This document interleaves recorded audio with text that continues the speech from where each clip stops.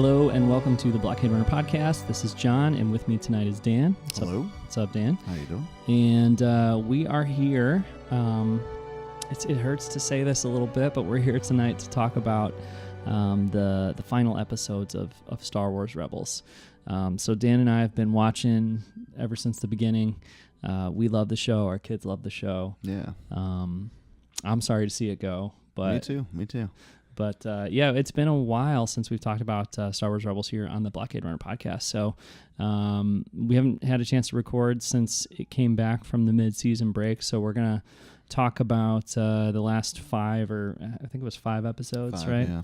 We're going to talk about the last 5 episodes. We'll focus mostly on the final 2 or 3 episodes, which were the most eventful. But there's some big stuff that happened right out of the gate with the return after the mid-season break. So, probably goes without saying at this point, but if you have not seen the final episodes of Star Wars Rebels and you don't want to be spoiled, this is not the show for you, or it's not the show for you until you watch those final episodes and then come back and check it out. So we're definitely going to talk in detail about all the events of the final episodes, but if you have seen them, then join us here, and we will dig into the final 5 episodes of Star Wars Rebels. So we'll start with the first 2 that aired, I guess 3.5 weeks ago now, which were Jedi Knight and Doom.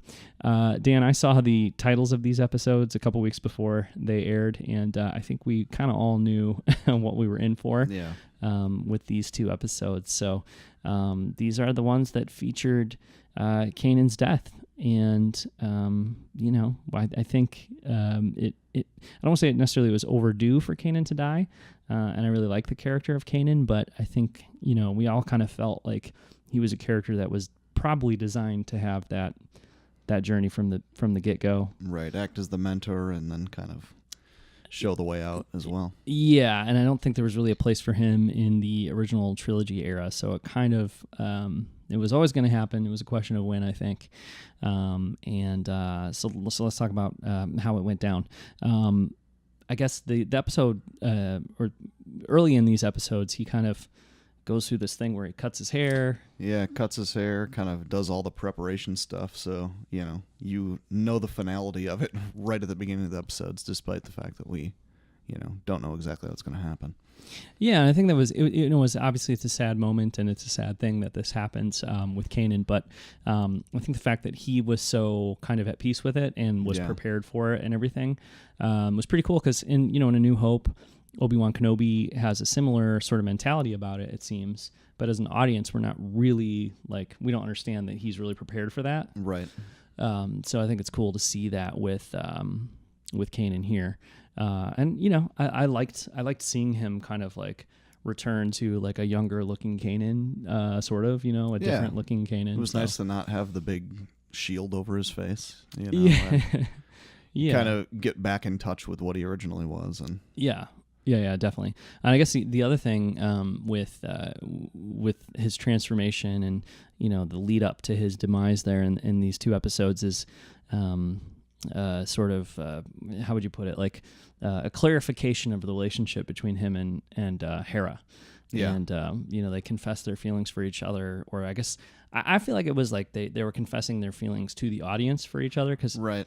You get the feeling. it was always pretty obvious, but they never just came out and really said it or showed it. But they did kind of in this episode. Yeah, and I thought I always got the feeling off air there was things happening, but just as an audience we weren't privy to it. Which I'm completely fine with, because I don't know, they don't need to weigh down the series with the love story of 2 of the characters that doesn't really. Right. But I talked to some friends who were saying that they thought it was a little too. It was a little too fast, kind of he told her that he loved her and then he was dead, and it was the first time they just had this exchange, and to me I felt like it wasn't probably the first time they had expressed those feelings towards one another, and right. It was just that it was the first time it was a narrative thing. It's been insinuated for a long time. Yeah, and I think it had been going on. So, but yeah, in those final moments for Kanan, I guess it was a question of, like I said, not if but when and how. And I think that the way that he went out was appropriate. He's making a sacrifice for the rest of the Ghost crew, and he's got this look on his face you guys don't understand yet why I'm doing what I'm doing, or right. that I'm doing, this, but I'm completely like at peace with this choice, and it's exactly the right thing to do in this moment. And that's what I think. That's what, for someone who, as a character, he's not totally a Jedi, right? And he didn't go through all the training, and it's like, well, he's pretty cool, but he's not an Obi-Wan. He's not a, But it kind of harkens back to the way Yoda talks to Luke in Return of the Jedi. He's talking about how his training's complete now. I mean, yeah, he had more training probably than Kanan did, and especially since he's getting it from Yoda, a lot of it. But I thought that was kind of a cool way to reference back to that.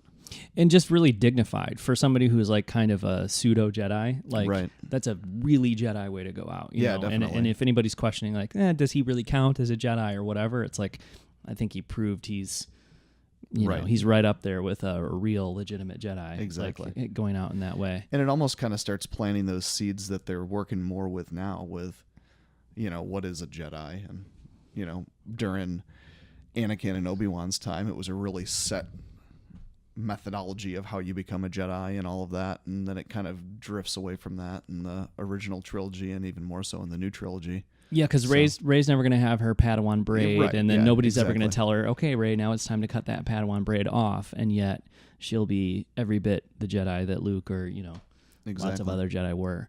So that's for sure a good point. Yeah, I think they did a really good job too with it, just like moment to moment and visually and all that stuff. I thought it wasn't too cheesy. I don't think it was melodramatic, but they definitely like hung on the moment to give it a proper amount of drama and stuff like that. So I thought it was believable, in terms of like Star Wars believable.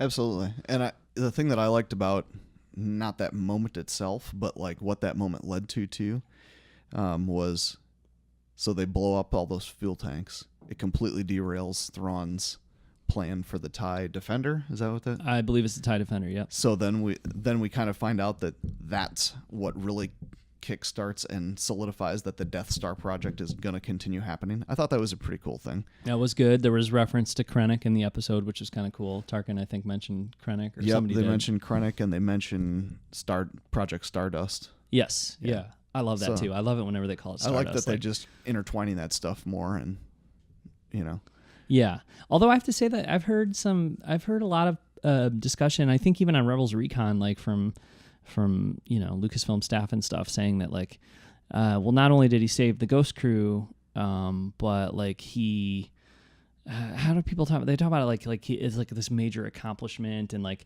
what he was doing, what Kanan was doing in that moment was like not only saving the Ghost crew, but also like thwarting the Empire's plans and all this stuff, and well, really, the Empire did that. Like they, regardless of what Kanan did in that moment, the Empire blew up its own fuel reserves. You know what I mean? Like Kanan could have jumped on that thing and tried to fly away with them, or he could have let everybody die. I mean, no matter what he did in that moment, the Empire just blew up their TIE Defender program. Like I don't think he did anything to. And it kind of kicks off that decline of whatever that governor's name is. You know what I mean? Governor Price. Yeah. That really kind of starts sealing her fate and shows you how she's going to end up. Yeah, but the way I interpreted it was like what Kanan did in that moment was 100% saving the lives of his family. That's what he did. He didn't do anything to the Empire. His intention wasn't to do anything to the Empire. I would agree with you. Yeah, the Empire did it to themselves, and I guess that'd be cool if it's just like, oh my God, he's so smart that not only did he save his family, but he also dealt this final blow to the Empire. But the Empire dealt it to themselves, and I don't think he brought himself up to the top of this fuel reserve with everybody else, risking their lives so that he could goad the Empire into launching missiles. I mean, he just was there, and it sucks that the only way out of that situation was for him to push the Ghost crew away and kind of take that explosion himself, but that's what he had to do. But I think it's just about him and the people he loves. It's not about the Empire in that moment and what he's doing. At least that's my interpretation of it, and I think that's actually I think that's better. You know what I mean? I agree with you 100% on both counts. Cool. They should have had us on Rebels Recon. All right, so let's jump in. I really liked both of those episodes. I thought they were great. So it's a really good way to start that season again. Let's jump into now Wolves and a Door and A World Between Worlds, which would be the middle 2 episodes in this 3-week kind of run of Star Wars Rebels here. I guess we'll talk about Wolves and a Door kind of on its own, and then we'll jump into A World Between Worlds. Wolves and a Door was cool. Lots of Loth wolves, which I like the Loth wolves, I guess, overall. They've always been intriguing and kind of another one of those pieces of Ezra's. They've from an early stage showed how he has an affinity towards animals. Yep. And doing these Loth wolves, I kind of wondered, are they their own thing? Is this something specifically related to Ezra being there? Or, because are they always there? I don't know. And right. They're kind of ambiguous with the way that they've shown them in here. So it was nice to see them back and see how they tie into this whole story more. Yeah, and they're cool. I think, like, for me, I get a little bit iffy on the Loth wolves when it's like, oh, well, a person's spirit might be controlling one of those. And, like, Kanan used to be a guy, and now he's a Loth wolf, because those Loth wolves have been around, and I don't know, that gets a little bit, I'm not sure about that, but overall, I think they're cool, and I know Dave Filoni really likes wolves and stuff, and so that's something he brings in. But yeah, Ezra's that's actually a great way to frame it, is because Ezra's connection to animals, I think, is something really. Number one, it's great for a kid's show. It's great for kids. I think it makes a lot of sense for Ezra's character. It's something different. Like, I love all that stuff. I think that's it's been really well done. And I like that it kind of harkens back to Qui-Gon Jinn with the whole living force thing too, Yeah. Not a traditional way of expressing the Force or all of that. There's lots of different things to listen to, and so it was something neat to see. Yeah, and this whole living force and cosmic force thing is definitely something they're digging into. They're exploring here in Star Wars Rebels towards the end. So, So anyway, but the Loth wolves are, and we've seen this before. Like, I don't know if it was earlier in season 4, if it was in season 3, but where they're able to travel from like one side of Lothal to the other. Right. In a weird mystical way where you ride on them, pass out, and then wake up somewhere else. Yeah, exactly. So that happened, and it was cool. And where they woke up was at the site of this, at the site of the Jedi Temple on Lothal. Right. But now it's like this evil dark side archaeology dig thing. And I thought that was great too, especially as I was watching the episode and it started to dawn on me like, oh, this is straight out of Raiders of the Lost Ark. Yeah. And the dig scene in Raiders of the Lost Ark. That was really cool. So I thought that was great. Where I started to become maybe a little less excited, and I think you were probably more into this, and like this is just a precursor to me being really less excited, is when they find the Mortis kind of painting thing on the wall there. So it's been a long time since I've seen those Mortis episodes. I know you've seen them recently. So I don't know, like, what was your reaction to this whole Mortis painting thing? I liked seeing it. I thought the Mortis trilogy way back when was a really cool and interesting idea. It was vague enough to let us kind of talk about it and determine what we wanted from it, but they now have brought it back and given it a little bit more of a solid thing. If you recall back, they kind of disappear into this planet and then they wake up at the end of the 3-story arc and they're like, did that happen or not? And yeah, and maybe that, I think there's still plenty to debate. Maybe that place doesn't exist, but maybe these spirits or beings or whatever they are present themselves to other people in the past, because there's a whole big a mural of sorts of the 3, and yeah, it was kind of neat. Yeah. I guess my least favorite episodes of Star Wars: The Clone Wars are a lot of people's favorite episodes, which are those Mortis ones. I didn't really like those too much, and then the Yoda and the Wills episodes, and you like those ones quite a bit, right? Yeah, it's been a while. I only watched those the one time, so I kind of have to go back and watch them again. Both of those just felt, for me personally, just feel like not quite Star Warsy enough to me. They feel a little too weird, a little too different, and it's like it's a take on Star Wars mythology that doesn't quite sit that well with me, and I feel like it's something that you would, and then maybe this is okay, but it's something you would, I feel like you would never see in a Star Wars movie. It would never work in a Star Wars movie, Right.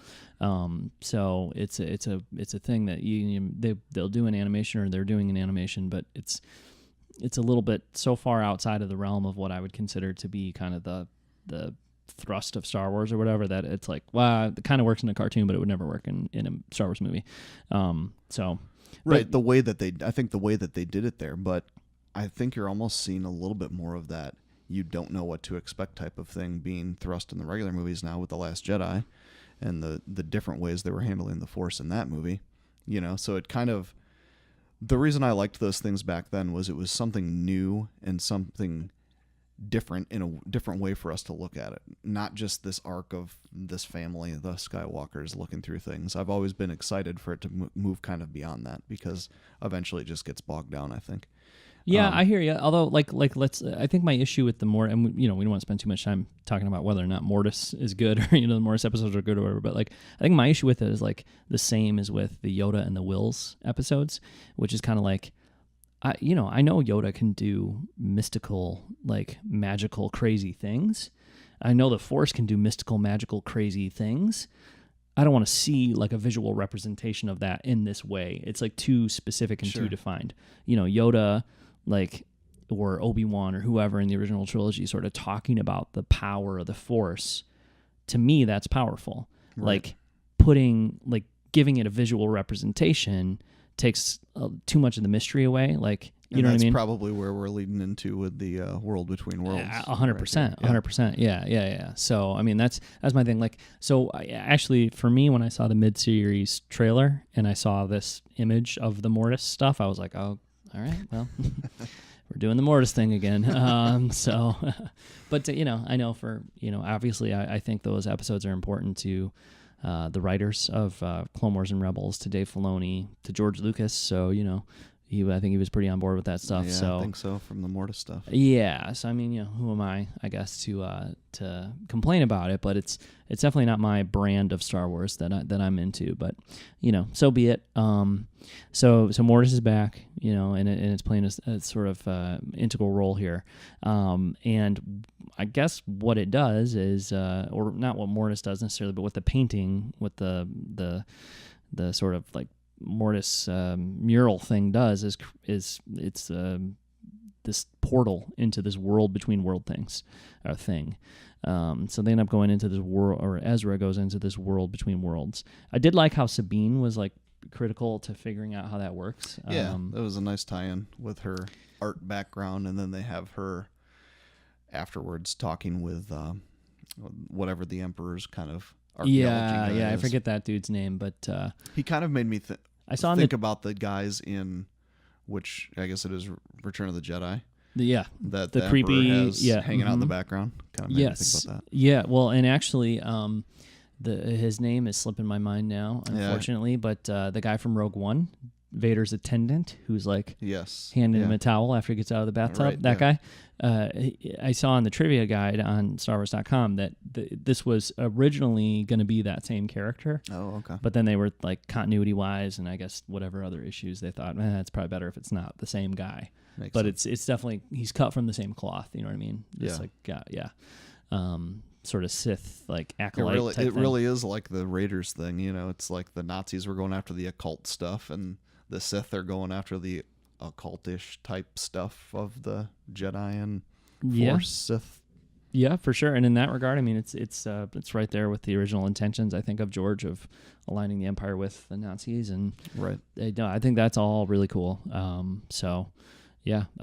Loving it so far, minus not being thrilled about Mortis, but Mortis being back. But that's something where I feel like I can kind of give that to the people that like Mortis, right. It's whatever, it is what it is. So anyways, Ezra ends up in this world between worlds, and I have to say, honestly, for me, I really was like, okay, this is one of those off the rails for you. This is not a Star Wars Rebels episode that is going to work for me. I'm not going to be super into it. So yeah, but you were texting me during the episode, whoa, I was excited about you were it. Pumped. You were initially, I think you were probably pumped about part of it, all the voices. Yeah. When he gets in there and you start not hearing just current ones, but ones that are going to happen in the future, ones from people that are way disconnected from him. Like Maz Kanata is in there. It's pretty cool stuff. It is. It just was super intriguing to me that the ones I didn't notice all of the Maz Kanata and all those different ones until I went back later on, and I actually found a thing on Reddit that listed out a ton of them. But the one I noticed easily, like Vader talking to Luke and things like that were going to happen in the future. So I thought that was really intriguing and just opened up a big piece. Now, when you get into the mechanics of like, what the heck is that place and how is this stuff happening? I don't know, but yeah, well, I love the voices thing. I'm totally into that. You had sent me that Reddit thread. There's also a podcast I really like that's called Sky Talkers, and one of the hosts of that show, Charlotte, she put up on their website she went through and transcribed like all the names and voices and stuff in the dialogue they were saying. I think that stuff is really, really cool. Very impressed with the way they did it. About it, like he just used that as a good opportunity to kind of meld all of the pieces of Star Wars that existed at that point together. So that was kind of a cool. Yeah, and I think as far as that part of it goes, it's like, so we've sort of created this situation where we have the opportunity to tie Rebels into the overall saga and also kind of pay tribute to the overall saga, and like they killed it on that. Really good job with that. So I'm happy with. That being said, like, and you know what? I actually kind of really like the way it looks too. Like the World Between Worlds, like how it's just like blank and all that. Like I think it looks pretty cool. I mean, you start to think about it too much, and it's like, well, wait a minute, like what is this, and like how does this make sense? But visually, I think it's kind of compelling looking. Right. I kind of like thinking about that because I don't know. I'm not gonna take it too seriously. It's Star Wars, but to me, it was kind of cool. Like, whoa, is this maybe some kind of like pseudo way explanation of how the ghost stuff works a little bit? Who knows? You know what I mean? Like I don't know. There could be a lot of weird tie-ins there that they go, and I honestly hope they don't go too far in concretely defining what that is, because they don't need to, Yeah, I mean, I do think that's probably like it could be like that. Like, oh, well, this is how they like slide along this like, invisible bridge thing to get from one place to the other. But like, is that, I don't want to think about like, I just want Obi-Wan to show up as a ghost in Return of the Jedi, and I don't want to think about it. I don't even want to think about the fact that he sits on a log, but he's actually a ghost. Like, and same thing with Yoda in Last Jedi. Like, so a lot of like, the more you try to explain away stuff that's mystical and doesn't make any sense, I think the less intriguing, interesting, and fun it is for me. Now, I know but I know there's a lot of people that love this episode, and they love, some of that stuff that really gets into explaining things. Mm-hmm. I'm not that person. Like, for me, you keep it mysterious, and you don't like. There is no explanation that makes any sense for how this stuff happens. Exactly. Even within the rules of Star Wars, I feel like when you try to explain it in a way that's like, well, actually, this is step 1, then this is step 2, this is step 3, this is step 4 for how you become a ghost. No, I don't want to know that. I just want to be like, I guess this is a thing we can do now. We can be Force ghosts. But when you start, and that's the thing, I think in The Last Jedi, you have these conversations between Rey and Kylo Ren through the Force, right? Right. Cool. Like, it's something new, it's cool, but it's all left up to the imagination. You know what I mean? And then they'll do weird things like Kylo Ren finding water on his glove from Ahch-To. Well, and Luke seeing them too, The second Ryan, if obviously he didn't do this, and I'm very thankful, but the second he would have cut from Kylo looking at the water on his glove to some weird portal world showing drops of water fly from one place to the other, it ruins it for me. Like, that's not, I don't want that. Right. I just want something weird that is unexplainable. And A World Between Worlds is going a little too far for me into trying to explain things and how they work in the Force, and I just don't like that, And that's how I felt about Mortis too. It's like you've got all this stuff with the prophecy and the will of the Force and all that, but once you start putting a name and a face and a design on the will of the Force, it's like, well, that's not really that cool anymore. Is how I look at it. I think it maybe gives like just enough definition to it for me, where like I don't need to know how that or why that thing exists, but like, I don't know, could that be an explanation for those Force visions? Did Snoke figure out how to do those things and somehow bridge their visions between those? I don't need to know the exact mechanics of it, but it just kind of percolates my mind about all these different things and how it could potentially tie into it, more so than me needing to understand exactly what it's doing. Okay. You know what I mean? Yeah. It just gives me more things to think about. That's what I like about it. Okay. Yeah, I can see that. I mean, because like the way they're doing this stuff, it is defining a lot of things, but it's also leaving definitely some major questions kind of unanswered. So I can see that. That makes sense. I'm going to try to, like, if I can, who knows if I'll remember this 20 minutes from now, but I'm going to try to like make a note of this in my head in terms of like how the Emperor plays into things later on. Cause, I think that's relevant to this, but let's stay focused on, a world between worlds for now.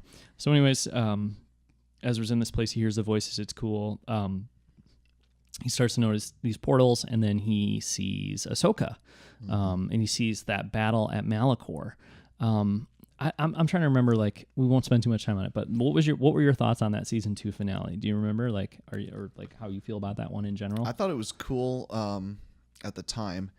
The one I think I was a little bit disappointed at the time because I thought I wanted to see more of Ahsoka and Vader / Anakin. And they didn't really give it to us, but in retrospect, I'm fine with the way that it was done. Okay. And I always thought that she survived that. Yeah. Even from back then. Yeah. I was really disappointed with that episode, honestly, and man, I sound pretty negative tonight. Unfortunately, I do love Star Wars Rebels, but I was like pretty disappointed with that one because I thought it was going to be like really epic and have some weight to it and stuff, and really I felt like they avoided kind of doing anything too conclusive. And probably the creators of the show, Filoni and crew, writers and all that, had this final run of episodes in mind. I'm assuming that they kind of had this figured out, or partially so. They had some kind of arc put together. Because otherwise, it's kind of like you put Darth Vader in front of Ahsoka. You have this emotional moment between them, just to say, time out. Let's just deal with this 2 seasons from now. Like that just did not sit well with me whatsoever. Plus, there were lightsaber helicopters and stuff in that episode. So true. And Darth Maul, which is another thing that I'm not into is Darth Maul like at all. I like him for 2 hours in the Phantom Menace, and then I don't want to see him anymore. So that wasn't my favorite run of episodes either. But anyway, Ezra sees that moment through the portal and is able to pluck Ahsoka out of that moment. It seemed like he didn't really even think about it either. Like he just kind of did it reactionary. So I don't know that he like planned on doing it the way that they framed it up. Yeah. No, I don't. Yeah, I think it was an instinct, pretty much, right, to do that. Yeah. And she obviously didn't know what was going on, so it's not like she planned for him to do that to him or to her. And then I was just super. I think that's when I texted you because I was just super excited to have Ahsoka back. That's cool. I'm glad. I'm happy for you. I'm happy for you that you were happy to have her back. I like her. I do like her a lot, but I don't know. I like that they haven't overused her in Rebels. Yeah, it's not like they had. I mean, she was in quite a few episodes, kind of in season 2. It would have been when they showed that she was back. But I don't feel like they've overdone it. No, definitely not. They've been. I think they want Rebels to be Ezra and then, Kanan and Hera and Sabine and everybody else, but really Ezra's story. And so I think they were aware of the fact that the more they brought Ahsoka in, the less, it would truly be Ezra's story. Right. And so I think they showed restraint in that regard. To me, don't bring Ahsoka and Darth Maul and Rex and all these Clone Wars characters in really at all if you want it to be Ezra's story, because for me it was like, and we don't have time for all this tonight, but like in season 1 it so was the story of the Ghost Crew. And absolutely. I've said this before on the show and we've talked about it. I used to cry like every 3rd episode watching Star Wars Rebels in the first 2 seasons. I really did. I was so emotionally invested in these characters. I didn't cry once in these final 5 episodes. That family dynamic and like their relationships growing, and when Kanan died, I didn't cry. Like when Ezra in the final moments, I mean, I had goosebumps at certain points, and I felt emotional. I would agree with you. But like there were times in season 1 and 2 where I was just so in love with these characters and the story of the Ghost Crew and all that. And then I felt like with season 3 and 4, it became, we're going to like put 60% of it into the characters, but then like 40% into world building with Mandalorians and Darth Maul and all. It just lost the thing that made me lost a little bit of the focus. Just a little bit, yeah. I mean, it's still a great show. I still like it, more than Clone Wars, which I also do like a lot. Rebels is great, but I think like it sometimes lost the focus on the characters in a way that it was really kind of laser focused initially.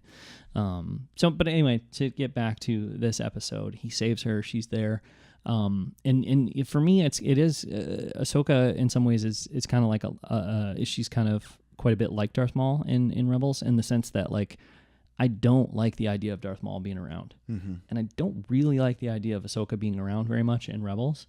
But the way they do it is good, Yeah. Like I always thought like pretty much what they were doing with Darth Maul in Rebels was really cool and really smart. Especially compared to the way he was in Clone Wars. It just seemed like so unnecessary in Clone Wars, and the whole spider thing, and that just seemed insane. But I completely agree with you. Yep. The way they handled him in Rebels I thought was good. They actually built his character a little bit, And same for Ahsoka, even more so for Ahsoka, because absolutely. Ahsoka's just hands down a better character, I think, than Darth Maul. Yeah. And so, like the way they use Ahsoka, it's like, man, if somebody would call me up, which they never will do, but like, if someone just call me up and say like, hey, we're thinking about bringing Ahsoka back in the final couple episodes of Rebels, I would say, no, I don't want the final couple episodes of Rebels to be about Ahsoka. Don't do that.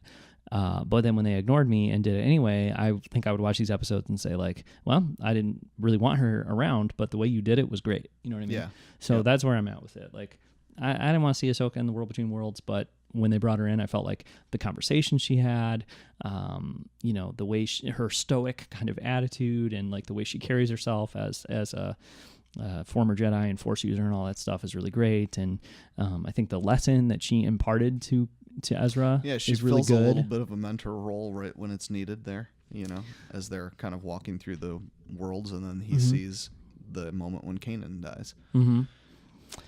Yeah, exactly. Although I think that could have worked without Ahsoka needing to show up in that moment too, because it almost like, how great would it have been if that was a self-actualization point for him? Yeah, well, and through Kanan, like, yeah, Kanan's dead, and he can't be here to tell me that I have to let him go, but I learned everything I needed to learn from him to know I need to let him go, instead of Ahsoka having to be there to tell him, like, oh, you got to let Kanan go. But, I'm cool with it either way. I think it was good. It was, like I said, it was well done, but it's all like the whole sort of setup and situation. And I guess my kind of bigger problem with it too, I don't know how you'll feel about this, but my kind of bigger issue with it too is like, to me, that place, that whole setup, the World Between Worlds, all of it exists so that we can not kill Ahsoka in season 2. Because otherwise I don't see why is it there, Right. I guess you could say it's there so that he can be presented with the option to save Kanan and then not do it, and that's cool, I guess. But it's such a different thing for Star Wars to have this like realm where you could go in and start, Marty McFlying people out of bad situations that like, that's too much. Like for me, it's too much. Like I don't like that. I kind of like when they lead into the next part here, when they then see the Emperor through one of those portals, and you get the feeling that this is something the Emperor's been trying to crack for a while, and he is a little bit surprised that he's seen there, but not really seeing Ezra in there. We know he's been kind of watching him for a while. And the other thing I thought about with the World Between Worlds 2 is like, and I saw other people talking about this online, but could this be the thing that Darth Plagueis used back in, when they, and I don't know that we'll ever know that stuff, nor do we need to necessarily, but that's the kind of stuff that I like about it, where it like opens up these possibilities of thought for me. Yeah. I like that. I like the idea of the Emperor craving this and not being able to sort of crack that nut, as you say. I think that's cool. I think it makes sense. You go back to, pre-Disney canon, expanded universe stuff, like the Emperor was obsessed, I think, with like, eternal life and sort of cloning himself and living forever and all that stuff. I think that totally makes sense, that that's what a Sith would be focused on. So the fact that Ezra and Ahsoka are in there and Palpatine can't find his way in, right? That's cool. I'm yes, thumbs up for that. I think that is good. But I think it does kind of open the door for like, I don't know, 10 years from now, they're like, this dude just popped in there and grabbed the Emperor when he was falling down the shaft in the Death Star and pulled him out. Or, I hope they don't do anything stupid like that. And here's, what's funny about it is, like... But I guess some people could argue that they already did that with pulling Ahsoka out of there. Yeah, it's a can of worms. That is how I feel about the Ahsoka thing. It's like, this is a way to... It's a way to avoid kind of telling, I don't know, it seems stupid to say a realistic story when it comes to these characters, because it's Star Wars. It doesn't need to be realistic, but like, I guess like honest feels too extreme, because I don't think they're telling a dishonest story, but you know what I mean? Like it's a way to avoid telling the story as it is probably asking to be told. You know what I mean? Right. As is the most emotionally true way to tell the story. I think the most emotionally true way to tell that story is like when Ahsoka meets her mentor, her father figure, Darth Vader. He's evil as hell, and he strikes her down, and she doesn't hold a candle to the Chosen One. You know what I mean? This Dark Lord of the Sith. Like, she's not getting out of there alive, and they know that, but they want her to anyway. So they come up with some harebrained way of bringing her back 2 seasons later. I think, and then it's just a way to be like, well, Ahsoka not only was in Clone Wars, but now she's in Rebels, and now like she's going to be in who knows whatever else going forward, which we'll talk about at the end. But it's just like, at a certain point, it just kind of defies logic in what I kind of want to believe as far as Star Wars storytelling goes. That being said, if they were willing to be like, hey, we've got a sort of animated alternate universe. This is how things work in the animated world of Star Wars. Sure. Then, if it was set up, and honestly, people probably hate me for saying this or really vehemently disagree with me on this, but like honestly, I think that in reality is what they're doing. I think in reality there is an animated canon, and it's different from the film canon. And the same way with the comic books, right? But they're never going to come out. They can't. This on other Blockade Runner episodes. They can't come out and say it. They can't come out and say it because it just confuses the issue and it's going to make people mad and whatever. Right. And it's like they're so close to one another. They're not going to contradict each other, but like they will do things in a cartoon that they would never bring into the movies. And do things in a comic that they would never bring into the movies, or they wouldn't even bring into the cartoons necessarily. Right. And like, to me, that works. That's fine, and I like it. I'd actually like, in a cartoon or a comic, I'd love it if they did like hey, we're gonna do an alternate reality spin on Star Wars storytelling, and guess what? The Emperor doesn't fall down the shaft, and then like, what happens after that? Yeah. Like a what do you call it? I forget what they call it in like Marvel comics and stuff, when they would have like when they just do the alternate universe. Yeah. Thing. Yeah. And it would be like right in the title of the comic, like this is like the alternate, Right. I think that'd be fun. That'd be cool. That'd be fun. As long as I don't have to take it seriously as part of like the main Star Wars story, then. What about Lego Freemakers? Do you take that? No, I don't. And I don't know if they tell me I'm supposed to or not, but I don't. I mean, I don't actually watch it, so. Yeah, I watched a little bit of it. Yeah, I mean, I don't hate it or anything, but I haven't really watched it, so. But yeah, I mean, I guess that is the thing I can kind of say overall, though, is like there are some big choices in these episodes, or big scenarios in this episode, that I don't really like. But I will say that they are able to do things I don't like really well, like in a way that I could have walked away from some of these decisions being like, oh man, it ruined everything for me, and instead I just walk away from it going, this episode I don't really like, this little particular piece of lore I don't really like, but I still love Ezra, I still love the Rebels story overall. Like, this is just an episode that it's a bridge too far for me, but it doesn't ruin the show for me or anything, right? I just don't. This is one of, just like Clone Wars, I've gone back to watch a ton of Clone Wars episodes. I never go back and watch Mortis, I'm probably never going to go back and watch the plucking Ahsoka out of a sticky situation episode again. But, I think that should be your next tattoo. Reaching through that portal. No, I don't think an Ahsoka tattoo is in the costume. Speaking of reaching through the portal, the Emperor kind of presents himself and then does this fire thing to Ezra and starts trying to pull him through, which I don't know exactly what he's trying to do except just get Ezra, I guess. Yeah, or maybe he can't. Maybe he can see through that portal, but he can't get through it. I don't know. It's weird. I don't feel like they need to explain why exactly what's going on there. It is weird that he can shoot like blue force lightning plasma stuff into the world between worlds, but he can't go in there himself. But I mean, the only thing that makes sense to me maybe is like just like Ezra had to use, I'm assuming, the light side of the Force to open up that portal outside the temple to get into it anyways. Maybe you can only really get into that world between worlds with pure intentions or something like that, and that's why the Emperor can like see into it, but he can't get in there. Or like Ezra doesn't open the portal opens itself to Ezra and won't open itself to Palpatine or whatever. So that could be. Yeah, but I mean it's cool to see the Emperor back, and it's way cooler even in the next, the following week, the last episode. Yeah. So you're pretty high on World Between Worlds. I'm not so much, but I can see the appeal, and I think like I said, I've probably said this like 4 times already, but I don't like what they did, but I do like the execution of it. I guess it's well done. So. And it's an idea that doesn't sit with me that well, but because they did it so well, I can walk away going like, I don't like it that much, but I'm, overall it's fine. Yeah. So that's kind of where I'm at with that. But let's talk about the final 2/3 episodes, depending on how you look at it, which is A Fool's Hope, a family and a family reunion and a farewell. It's just aired at the very end of that last episode. He does give that nice moment with the Loth Wolf and kind of says goodbye to Kanan as well. Oh, you're right. And we have that here in the notes. And yes, and I thought that was touching for sure. Yeah, it was nice. It was low key. It wasn't him getting too emotional about it or anything like that. But yeah, it was just nice. Mm-hmm. Yeah, and I do think like had Kanan died like maybe before the mid-season break or at some point like even maybe at the end of season 3. I think it would have been kind of nice to explore some of these characters' grief with Kanan or about Kanan a little more. Definitely didn't. It all has to happen like really fast. You know what I mean? Yeah. Like it almost seems like Ezra's like, Kanan died. Like, I mean, they show him out in the field like kind of crying or whatever, and then a wolf shows up and he's like, oh, I guess Kanan's in that wolf. So whatever. It just happened so fast. You know what I mean? Right. So I think like him struggling with that stuff could have been.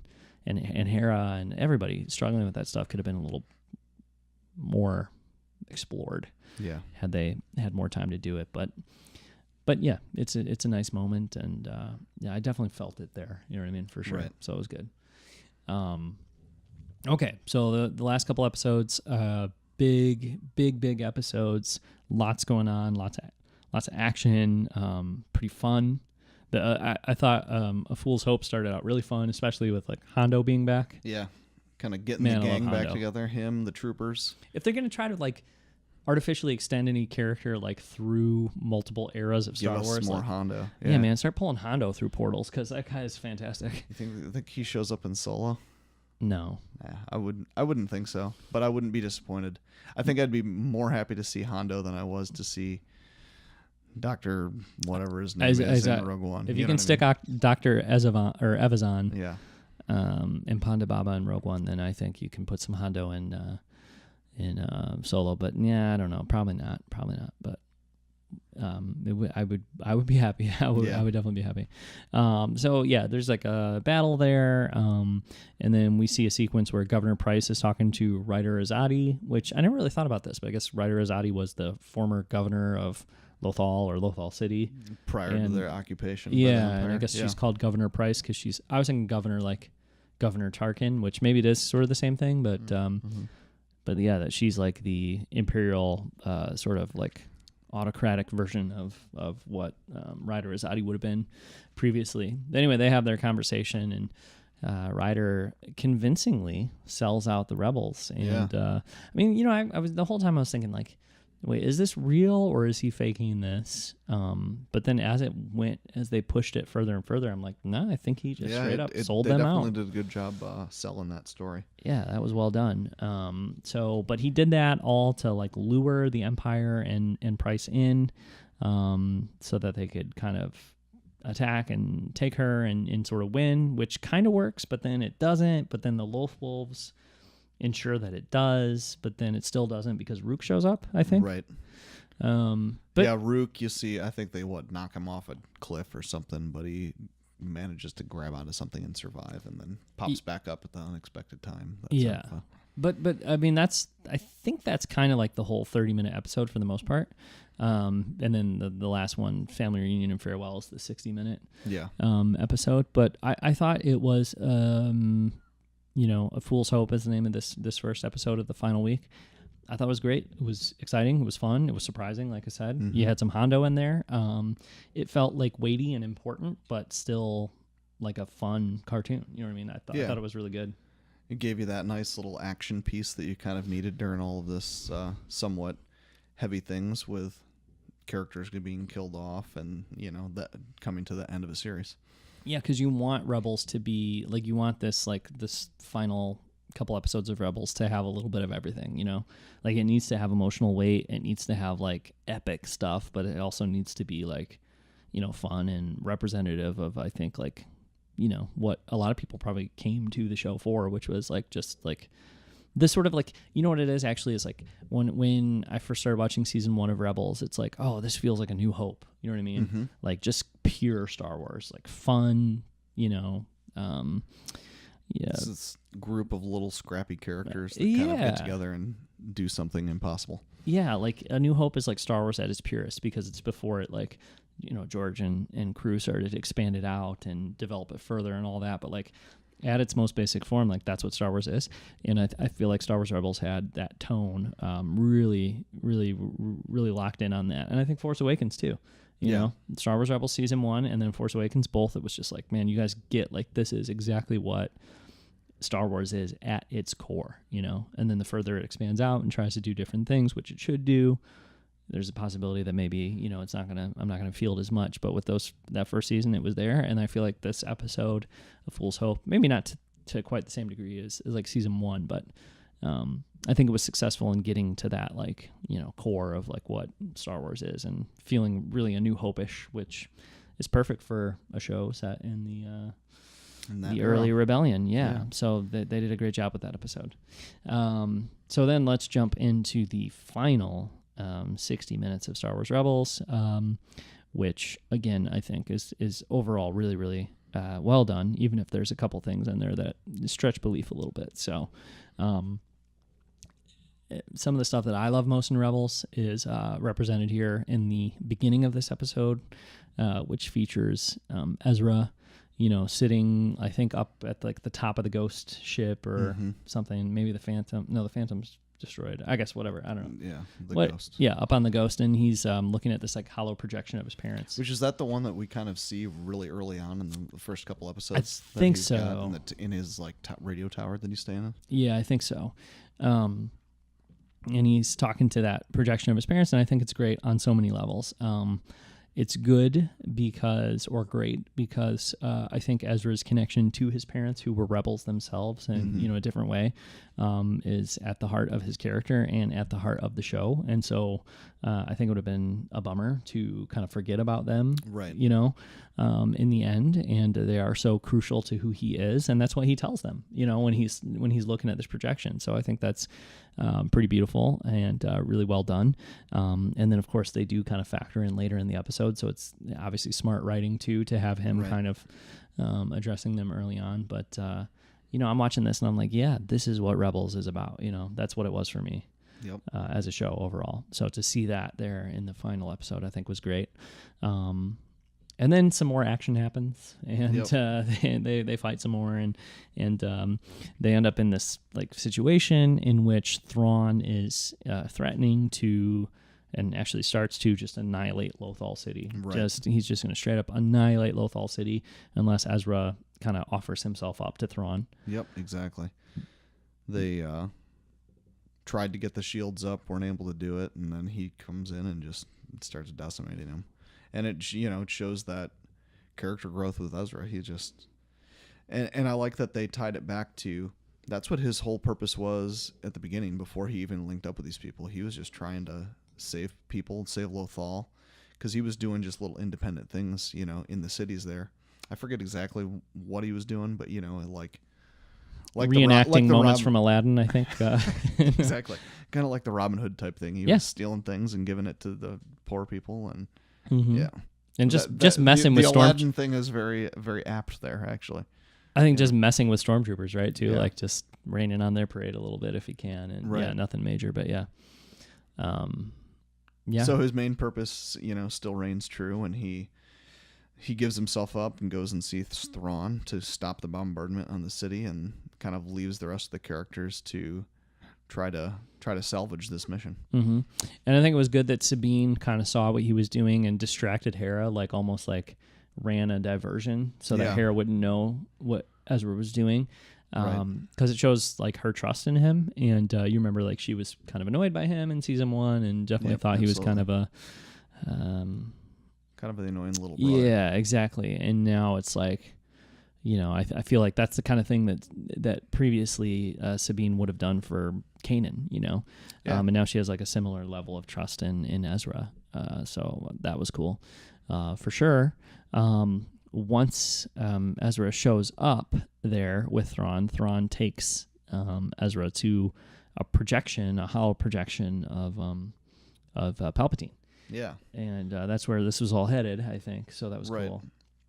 And it wasn't the Emperor either, or the projection of the Emperor. It was the projection of Palpatine looking like he did in Sith before he got kind of shocked with his own Force lightning and grew all gruesome. Yeah, and that's kind of similar to The Last Jedi. It's like you're watching Luke Skywalker come out there, and you're like, well, wait a minute. He doesn't look the way he should. You know what I mean? He looks different. Exactly.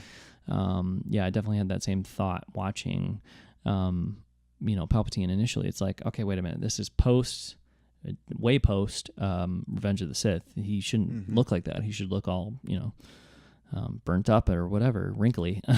So you kind of knew something was up there, and I mean that's his way. That's exactly what he does. Is he deceives? All about deception. Deception, yeah. So that was perfect, I thought. And I also thought it was perfect that what Palpatine tries to do with Ezra is exactly what he did with Anakin, which is I'm going to present you with the false opportunity, the false belief that you can have something.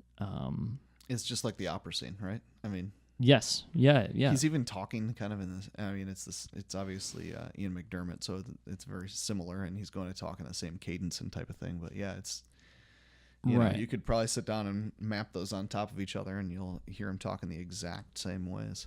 Right.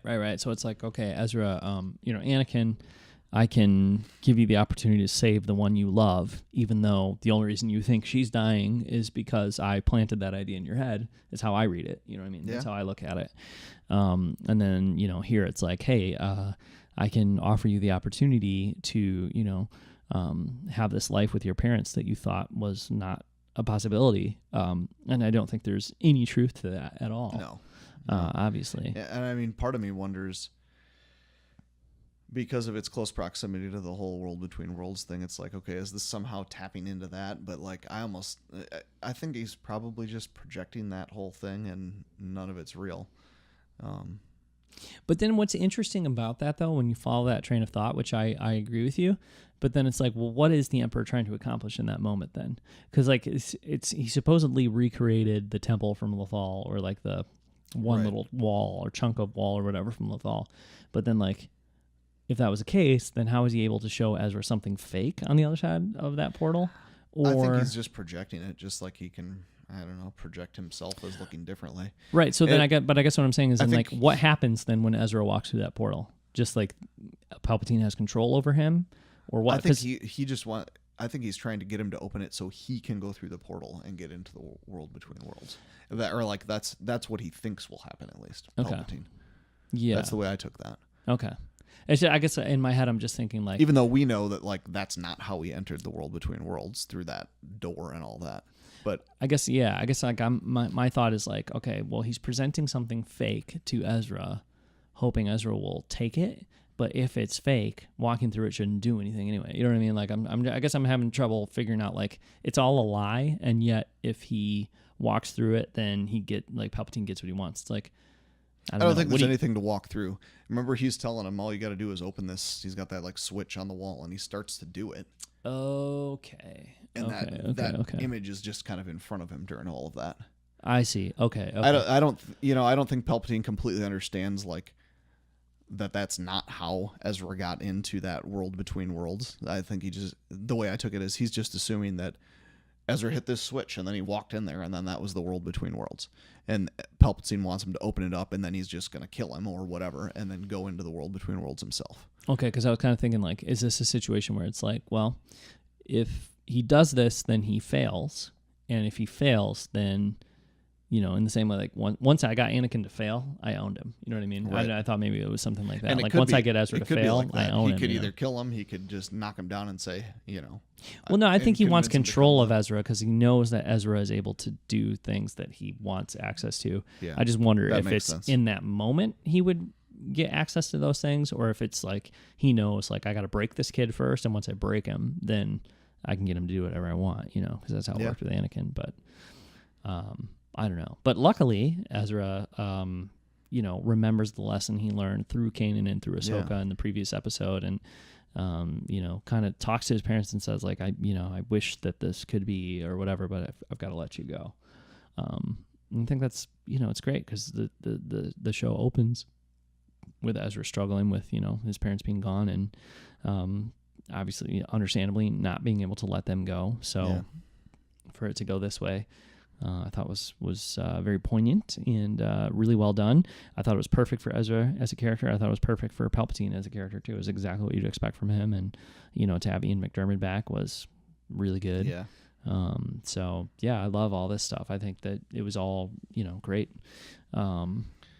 And then once Palpatine realizes Ezra's not going to go for it, he starts tearing down the temple. He starts tearing down the temple, and then also those proto-Praetorian guards show up, and he dropped the facade. He looks like the Emperor again, which was a great moment. Yeah, and that was super cool. Disappears and entree to the Praetorian guards.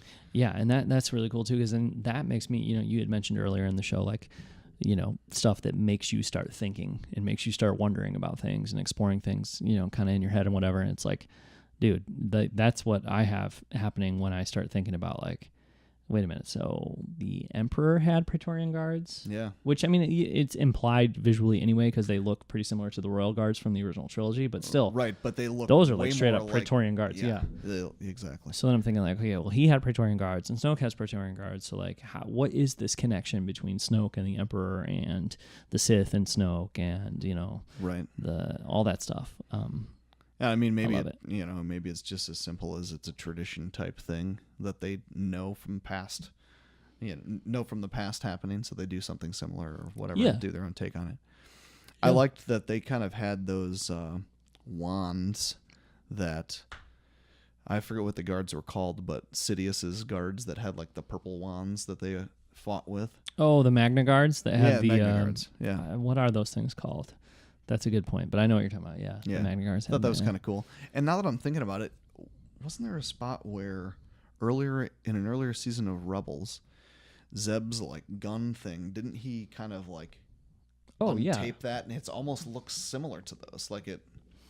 Yes, I'm forgetting the exact terminology now, but he was in the Lasan or Lasat kind of Royal Guard or whatever, and that was like it was like a very like honorable, like sacred kind of thing for them, their weapon. And I think Callus tried to pervert that and turn it into some kind of weapon that was used to kill his people and all that. So that's a good point. It's kind of cool to see the same weapon idea throughout. Well, so after that, Ezra ends up being kind of confronting Thrawn again. Thrawn's like, hey, I got you, like, I'm winning, whatever.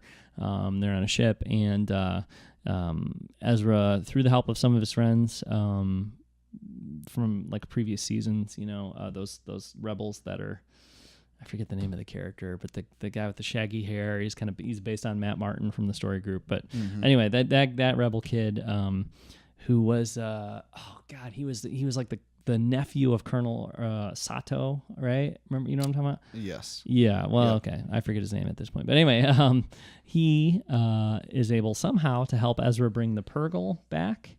Yeah. I don't know exactly how he did that, or like, Ezra had told him like, hey man, I might need you to grab the Purgle for me. What did they do? Oh, they did something with some frequency that the Emperor never used anymore. And they used that as a signal to call him and bring him to the planet. Because remember, what's his name? The guy that defected from the Emperor. Empire and went to the Rebels' side. The Callus. Callus. Mm-hmm. Callus says something like they don't use that anymore or whatever. Okay. You know what I mean? Okay. Yeah. Yeah. So the Purgle show up. They kind of like wrap the ship. They wrap Thrawn up. They bust up a bunch of the other ships too. They just kind of ram into them and they kind of help win the day. And then they wrap everybody up. And Ezra kind of tells like Hera and everybody. And he kind of looks at the camera. And he's got this great like "May the Force be with you always" kind of moment. Yeah. Before they all take off, the Purgle take off, and it takes everybody into hyperspace.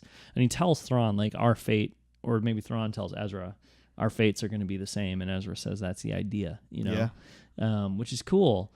But I guess I'm not totally understanding what happened in that moment. At first, I thought he died. Or if not that he died, that like that's the end of his story, because it was just a great moment. Like, may the Force be with you always.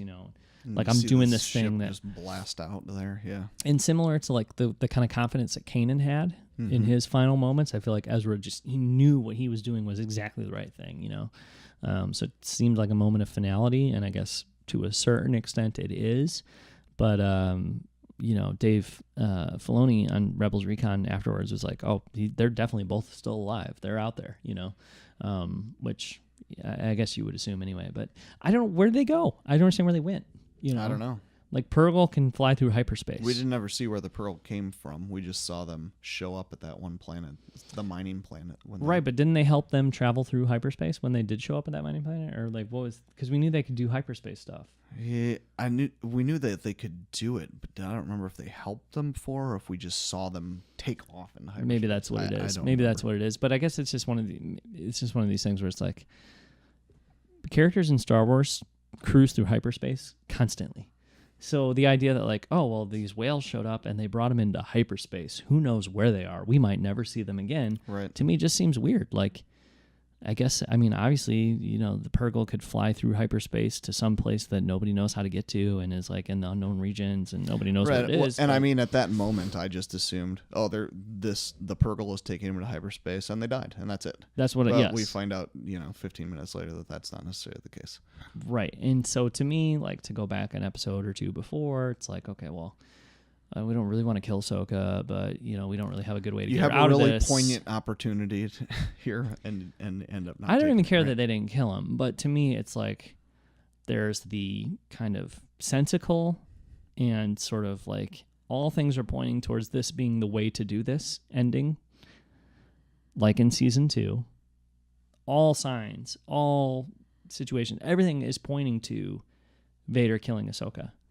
But we're not ready to kill Ahsoka. So we'll come up with some kind of like over-engineered way of her surviving. And I do like this ending overall. And I was talking to my wife about it, and she's like, well, it's a kid show, and do you really want him to kill Ezra in the final episode? It's like, well, no, I guess I don't. You know what I mean? And I guess like, so I don't hate it. I'm not, but at the same time, I'm like, so some space whales take him into hyperspace, and then everyone's like, I guess we'll never see him again. Right. Like, how is that?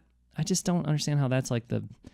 Well, and that's why I figured they just killed him. You know what I mean? Yeah, but they sure didn't. That was his way of killing himself. Yeah. They sure didn't, because then...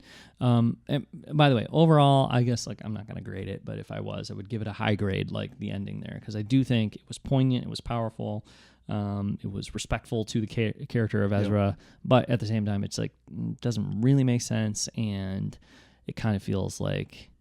Yeah, we didn't really know what else to do with him, so we're like, we'll just throw him over there until we can figure out, what to do. So that's a little bit of a detractor for me from an otherwise really great, final episode and final kind of thing. And so I'm happy with it overall, but I have some questions. Let's put it that way, or some concerns. But I'm rolling with it. I like it overall, but I think it could have been a little more logical. Well, and I think, correct me if I'm wrong, the reason they're still fighting so hard at the end there is Thrawn is still going to be able to do something to damage the city or hurt the citizens or something like that, right? Yeah. Otherwise, why would he care? He can just have the Purgle choke Thrawn out for however long there and kill him, Well, they could have definitely done that, I think, like, regardless. But just, I understand that they're not going to do that because it doesn't, then you haven't solved the problem of Ezra, and Ezra's a problem. Yeah. You know what I mean? Him existing at that point in the story is a problem. So they're trying to solve that problem. So I get it.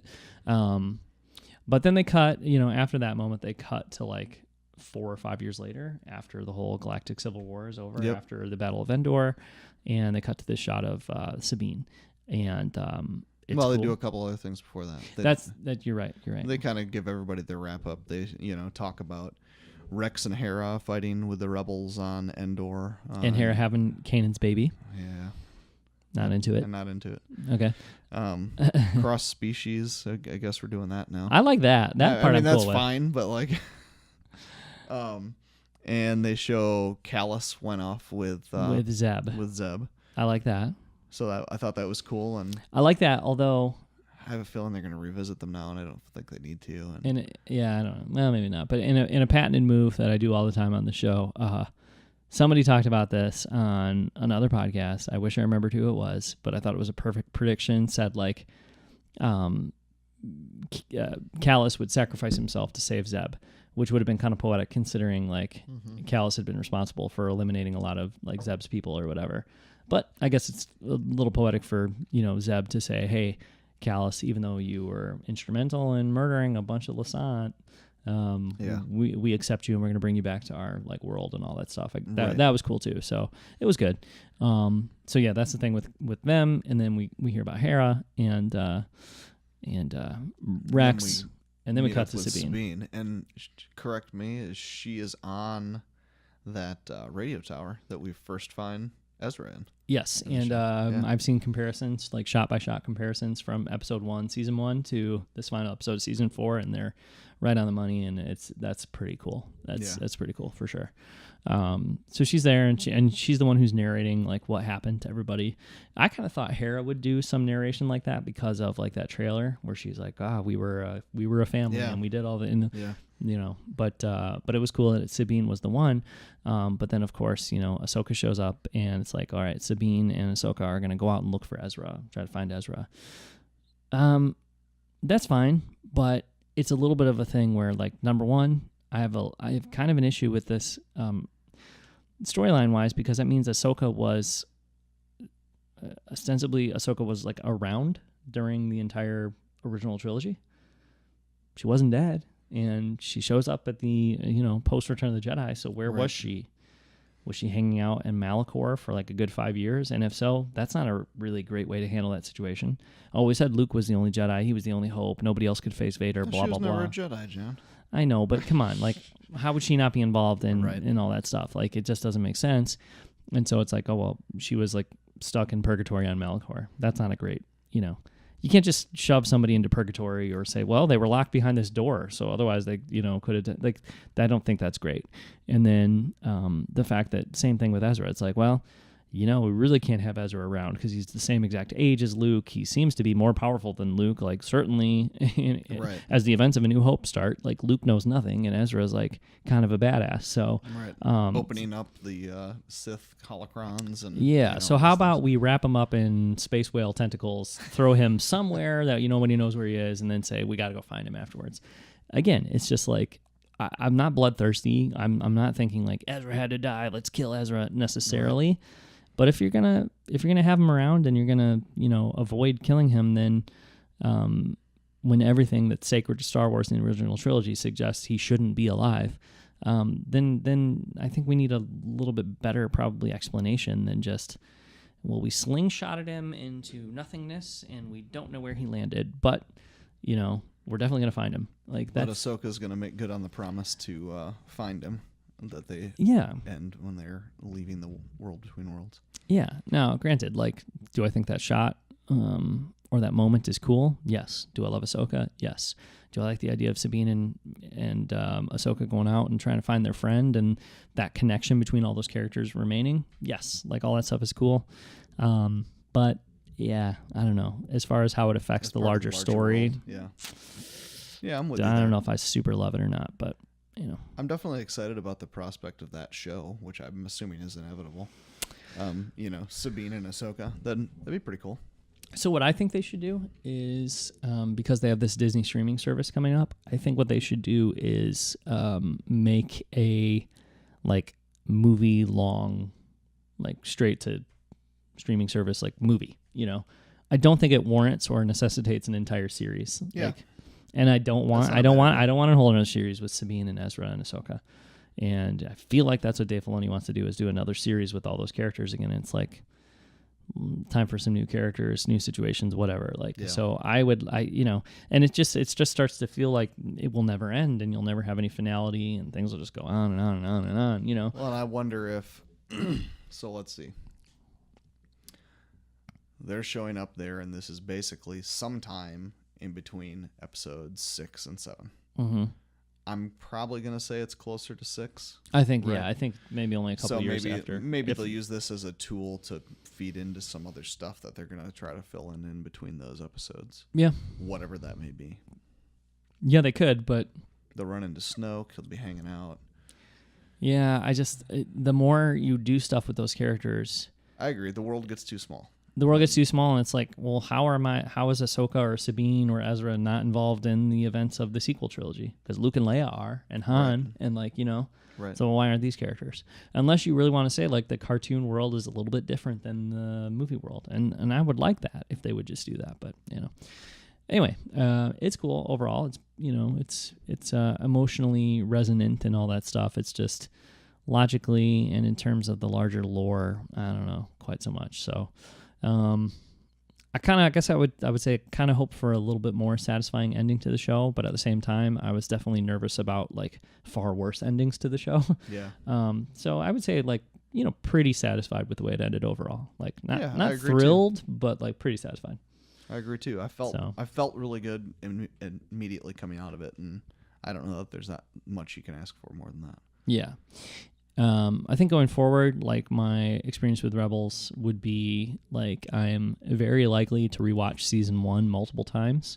And then, maybe at some point I'll rewatch like 2, 3, and 4, seasons 2, 3, and 4. Mm-hmm. But my interest in rewatching season 1 is like far, far higher than the other 3 seasons overall. I would say so. Probably the same for me at this point too, partially because it's so much farther out of my mind than the others. Yeah. Because it's been 4 years ago now. Yeah. One thing I was going to mention earlier too, with Ahsoka coming back in that moment, and this was somebody else online talking about this, but I thought it was kind of funny. So within the span of about 15 minutes, Ahsoka fights Darth Maul, 2 Inquisitors, Darth Vader, and the Emperor, and survives all of it. Yeah. It's pretty crazy.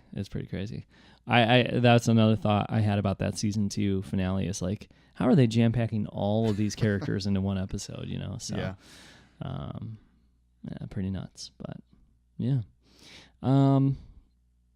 so I mean, those are the final episodes of Star Wars Rebels. I'm gonna miss the show. Actually, like I'm a weirdo or whatever, but we have some Star Wars Rebels merch, I've got like these little plastic cups, and we've got a lunchbox that my son, used to take to school and stuff. And we got some little stuffed guys. I think we got those at Celebration 2015. Yep. And just like seeing that stuff around was like really making me sad this week. It's like, oh, this is like a whole era of Star Wars that's over now. It's done. And it's I hope I wasn't too negative on the show, and I have my complaints and stuff, but it's an era I really love. And I don't have the same feelings about Clone Wars and other some other offshoots of Star Wars, but like Rebels, I really, really loved it. And I think the biggest triumph of the show, as far as Rebels goes, is the new characters and the way I felt about the new characters. Yeah. They were awesome, and that's a tall order. I'm not the first person to say this, but with like Clone Wars, it's like, well, yeah, it's a cool cartoon, but you're bringing in all these characters that people already care about. And with Rebels, it's like I care about the animated characters in Rebels more than animated versions of Obi-Wan and Anakin and characters that I already loved as they are presented in Clone Wars. And they still gave us a taste of some of those other characters. The whole little preview with Obi-Wan and Luke. Luke as a child on Tatooine. I thought they did those things really tastefully. The one thing that I really liked about Rebels too, as far as kind of this new era. Filoni to me is that guy who obviously had a really close connection with George and really knew Star Wars through George. So it was, the first thing post Disney here that he was involved with, and to me kind of held a little more gravity than even The Force Awakens, just because it had that connection back to George. So I thought that was kind of cool. And I don't know if I'll ever kind of lose that with Filoni. Okay. Yeah. I mean, that, sure. Not That's saying cool. I agree with everything he did, but, it's got kind of that, just that connection back. Yeah, absolutely. I mean, I think not Clone Wars. I think Force Awakens and Last Jedi do more. They have more of a connection than we might think they do. Yeah. But yeah, I mean, Dave worked with George and studied under George, and Dave is kind of the guy that George chose to be his heir apparent, and that's not true of JJ or Rian Johnson, although it is true of Kathleen Kennedy. But and Lawrence Kasdan. So sure, yeah, exactly. So. But yeah, I mean, I'm sad to see it go. And I think I will always have kind of a special place in my heart for the show, especially the characters, especially season 1 of the show. But overall, I did love Star Wars Rebels, and quick shout out to Rebels Recon, which I don't know if you really watched it too much, but not as religiously as you did. To me, that was an integral part of Star Wars Rebels, and I love that show also. And I'm almost as sad about that show wrapping up as I am about Star Wars Rebels wrapping up. And I just, that was great. Well, I think one of the other things that was special about it for us as well, feeding into that whole family thing, is our kids were kind of at the exact perfect age for this coming out, and it was something enjoyable for us to do with them on a weekly basis for 4 years. Oh yeah, absolutely, and that's part of the Rebels Recon thing too. Is like I vividly remember like when new episodes would come on, like watching the episode and then watching the Rebels Recon right afterwards with the kids, and then the kids know Andy Gutierrez and all that stuff. Like I remember seeing, at Celebration 2015, I've told you this story before. I don't know if I've talked about it on the show, but there was one morning where Dave Filoni just did an impromptu kind of signing thing at one of the booths somewhere, and the line was wrapped all around or whatever. But I got into the line, and it was kind of over by the battlefront. Thing. And I figured out after a while that this is going to be over by way before I get up to his position. But I was thinking what will I say to Dave Filoni if I get there, And it was what I would say to him is dude, the show that you've made has provided such a great experience for me and my kids to experience Star Wars together. And I remember getting choked up and teary-eyed, standing in line thinking oh, here's what I'm going to say to this guy that I'm not even going to meet. But, if I did, it would have to be thank you for giving me this experience that I get to have with my kids and for really emphasizing the family in Star Wars and the importance of that in Star Wars, and I think that is more, especially in season 1, but throughout Rebels, that is more of a focus in this cartoon than it has been in these new movies, Not that it's not part of the movies, but I mean, it is, it's really the focus of Rebels in a great way. And it had similar kind of things with Rebels Recon too. It's that was something great for me and my kids. And, if you watch Rebels Recon, there's the chopper cam and all this silly stuff that kids really loved, you know what I mean? It was fun. It was fun for kids too, to watch obviously it was, Rebels, it's for kids, but Rebels Recon too, it was great to watch with kids and with family and all that stuff. So, great show and, pretty great ending to the show. And hopefully there's going to be a new Star Wars animated, probably multiple new Star Wars animated projects being announced soon. I hope we don't have to wait until halfway through next year to find out what is coming. Yeah. I mean, I don't think we'll be seeing any new episodes until sometime next year. They'll start leaking more of that out because it's all going to be based on their streaming service, and they're already starting to hint at what those things are going to be. Maybe in the summer or the fall, once they kind of start to wrap up solo promotion, right? Because then once that's out, they've got 18 months till the next thing comes out. So kind of a perfect timing for them. Yeah, for sure. So. All right. Well, unfortunately, we're going to have to say goodbye to Star Wars Rebels for now here. So, thanks for being here, Dan. And thanks for having me, as always. Anybody listening or watching, thanks for listening to our final thoughts on Star Wars Rebels. So until next time, you can check out the show at blockaderunnerpodcast.com. Please subscribe on iTunes and or on YouTube. If you haven't left a review on iTunes, and let's be honest, you haven't, because there's 2, it would be great if you would, if you like the show, if you'd leave a review for us there. You can always email us at blockaderunnerpodcast@gmail.com. I run the Blockade Runner Twitter account, which is @Blockade Run. Dan, you're on Twitter. The Big Sweat. At The Big Sweat. And there's some other places we are on the internet too, which you can all find at blockaderunnerpodcast.com. So until next time, may the Force be with you. Goodbye, Star Wars Rebels, and pour one out for the Ghost Crew, who we love.